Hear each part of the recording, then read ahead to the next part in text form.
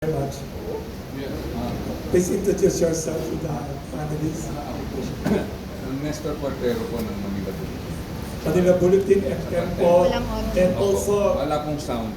Ayun. Okay na. Okay. Okay. Medyo mahaba na po ang ating journey, no, ma'am? Moms, in seeking justice for our lolas. 80 plus years na, no? Matagal na po yung journey, no?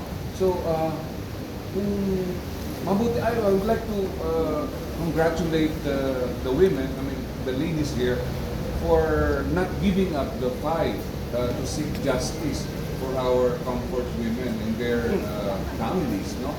But in terms of, nabanggit po Attorney Suarez kanina about remuneration, no? If we are to quantify the amount that you are seeking para po mabigyan ng hustisya itong mga women natin ng araw, magkano po ang dangal? Ay, magandang tanong yan. I definitely. Maganda yung tanong, no? Pero tinanong ko rin ng mga lola diyan sa tanong na yan. Yung tanong na yan. At isa yung very striking yung sagot sa akin ng mga lola.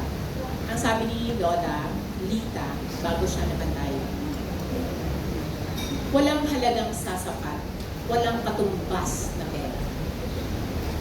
Yung dangal, kinabukasan, na inagaw sa kanila.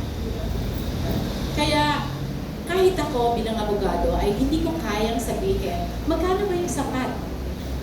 Magkano ba yung halagang dapat? Pero, halimbawa, napakalaki ng mga budget para sa gera. 51 billion, di ba? Yung recent budget ng Japan.